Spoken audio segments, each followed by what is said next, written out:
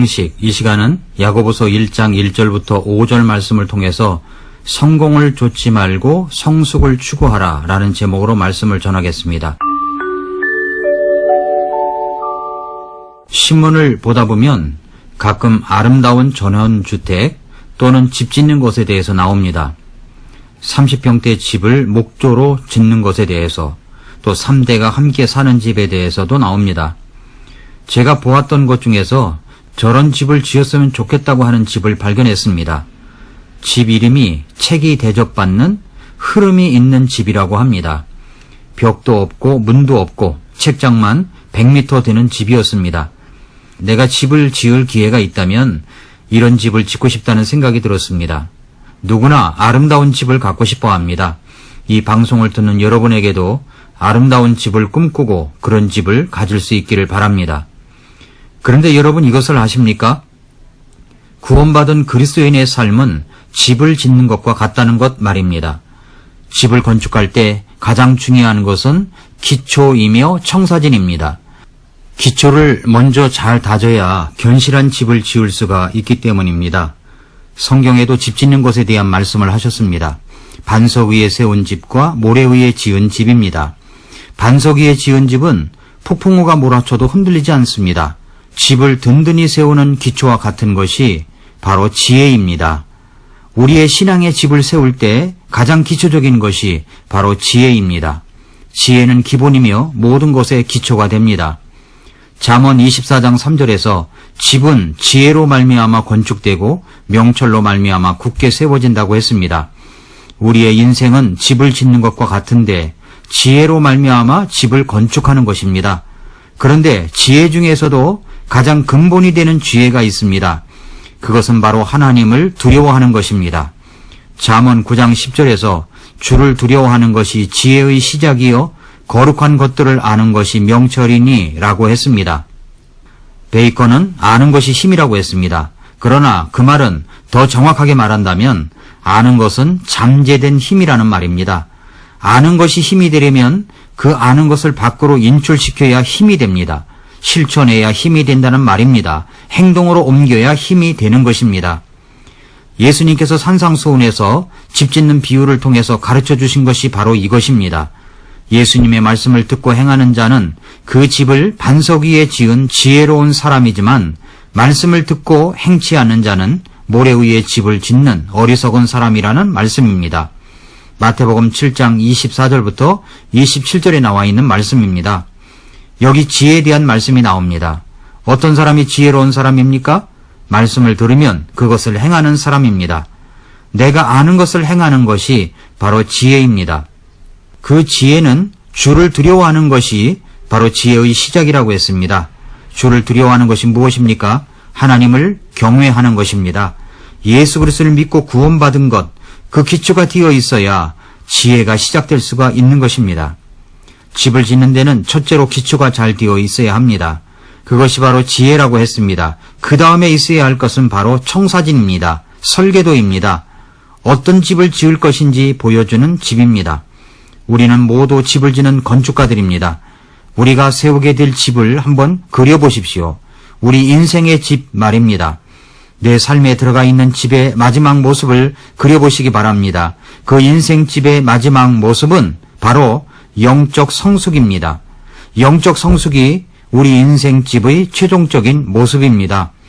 우리가 추구하는 집의 설계도는 모든 것이 예수님을 닮아가는 것으로 되어 있어야 합니다. 청사진은 전체를 보여줍니다. 전체를 보여주면서도 아주 세심한 부분까지 보여주는 것이 바로 청사진입니다.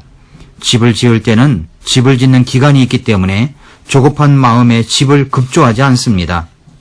우리는 지금 야고보서를 보고 있습니다. 야고보서에서는 지혜를 가지라고 하십니다. 그 지혜는 내가 예수님을 닮아가는 영적 성숙을 이루는 지혜입니다. 예수님을 믿고 구원받은 사람들은 그 구원받은 것으로 끝이 아닙니다. 그것은 집을 지을 때 기초를 만든 것과 같습니다. 이제부터는 그 집을 지을 설계도를 가지고 집을 지어야 하는데 그 설계도의 마지막 모습은 영적으로 아름다운 집, 예수님을 닮아가는 영적 성숙의 집인 것입니다. 그래서 우리 인생에서 정말 필요한 것 두 가지가 바로 지혜이고 영적 성숙입니다. 야고보서의 가장 중요한 주제는 성숙한 그리스도인입니다. 야고보서 1장 4절에서 오직 인내를 완전히 이루라. 이것은 너희가 완전하고 완벽하여 아무것도 부족함이 없게 하려 함이라 라고 했습니다. 완전과 완벽은 결국 성숙함을 말합니다. 인간은 완전하고 완벽할 수 없습니다. 그런 단어를 들으면 나하고는 거리가 먼 단어인 것처럼 느껴집니다. 그러나 야고보서에서 완전하고 완벽하여 라는 말은 우리가 성숙한 사람이 되어 아무것도 부족함이 없는 사람이 되게 하려 한다는 말입니다. 그러니까 야고보서는 그런 모습이 되도록, 성숙한 모습이 되도록 돕는 책입니다. 로마서에서는 믿음으로 구원을 받는다고 말씀합니다. 그 말씀은 진리입니다. 그러나 야고보서에서는 구원받은 것이 행함으로 나타나지 않는다면 그것은 구원이 될 수 없는 것이라고 말씀합니다. 이 말씀도 진리입니다. 종합한다면 구원을 받았다면 반드시 변화된 모습이 행동으로 나타나게 되어 있다는 말씀입니다. 그렇게 변화를 받아 성숙함을 이룰 수 있도록 하기 위하여 우리에게는 지혜가 필요합니다. 그 지혜가 있어야 합니다. 그래서 야고보서 1장 5절에서 이렇게 말씀하십니다. 너희 중에 어떤 사람이 지혜가 부족하거든 모든 사람에게 너그러이 주시고 꾸짖지 아니하시는 하나님께 구하라. 그리하면 그것을 그에게 주시리라 라고 하셨습니다. 우리가 성숙함을 이루어가려고 할 때 정말 우리는 지혜가 부족합니다. 그럴 때마다 우리가 해야 하는 것이 바로 하나님께 구하는 것입니다. 지혜가 부족하다고 느끼십니까? 그렇다면 우리 하나님께 구하십시오. 모든 사람에게 너그러이 주시고 꾸짖지 아니하시는 그 하나님께 구하십시오. 그러면 주님께서 주십니다. 고린도전서 14장 20절에서처럼 형제들아 이해하는 일에는 아이가 되지 말라. 너희가 오직 악한 일에는 아이가 될지라도 이해하는 일에는 어른이 될지니라 라고 했습니다.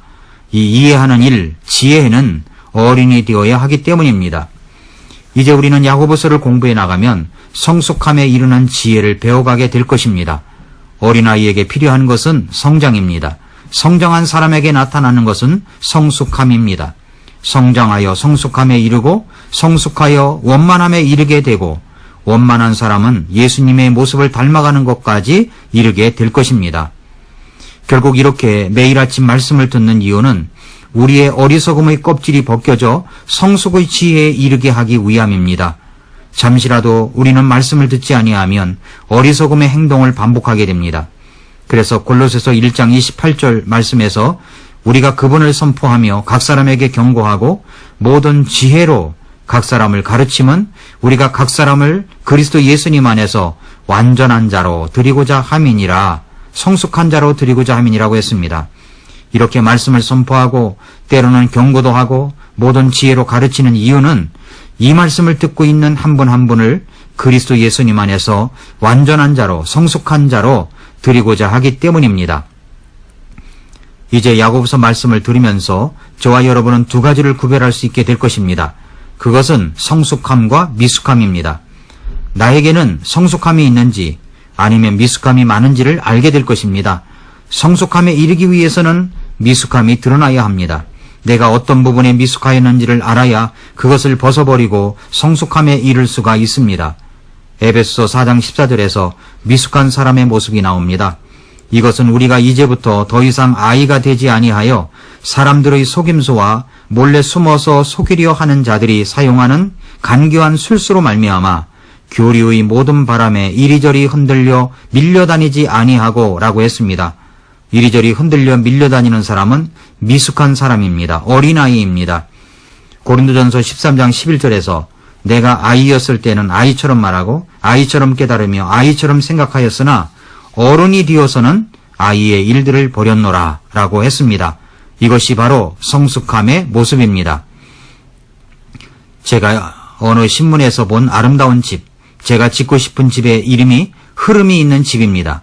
그런데 그 집을 설계한 설계사인 건축설계사 김현석 대표가 앞으로 어떤 집을 짓고 싶냐고 기자가 물었을 때 그의 대답한 내용 가운데 마음에 와 닿는 부분이 있었습니다. 그는 이렇게 말했습니다. 건축 거장 루이스 칸의 업적을 담아낸 나의 설계자라는 영화에서 칸의 아들이 저소득층 동네를 찾아가는 장면이 나옵니다. 주민들이 건물을 험하게 다뤄 낙서도 많고 수리가 필요한 부분이 눈에 띄어요. 그런데 한 건물만 멀쩡했는데 그것은 루이스 칸이 만든 건물이었어요. 주민들이 그 건물만의 분위기와 디자인을 존중해 함부로 대하지 않았다는 것입니다.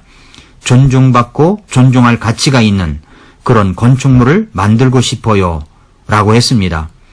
그렇습니다. 내 인생의 집, 성숙함이 묻어있는 그런 집을 보고 사람들이 그 인생 분위기와 삶을 보고 함부로 대할 수 없는 그런 집을 지어야 하지 않겠습니까?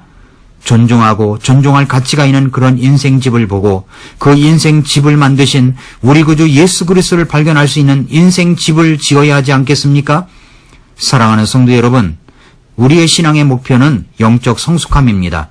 그 영적 성숙함에 이를 수 있는 집을 짓기 위해서는 두 가지를 필요로 합니다. 첫째는 영적 기초입니다. 이 기초는 바로 반석이신 예수 그리스도이십니다. 분명하게 구원받은 적이 있어야 영적 성숙의 기초가 생긴 것입니다. 둘째는 인생 설계도입니다. 인생 설계도의 나의 영적인 집의 아름다운 모습은 바로 영적 성숙함입니다. 하나님께서 주시는 지혜를 갖고 살아가십시오. 부족함을 느낀다면 지혜를 구하십시오.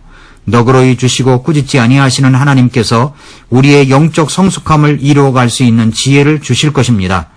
매일 아침 이 방송 설계를 듣는 모든 분들이 성공을 쫓아가는 것이 아니라 성숙함을 추구하는 분들이 되시기를 축복합니다.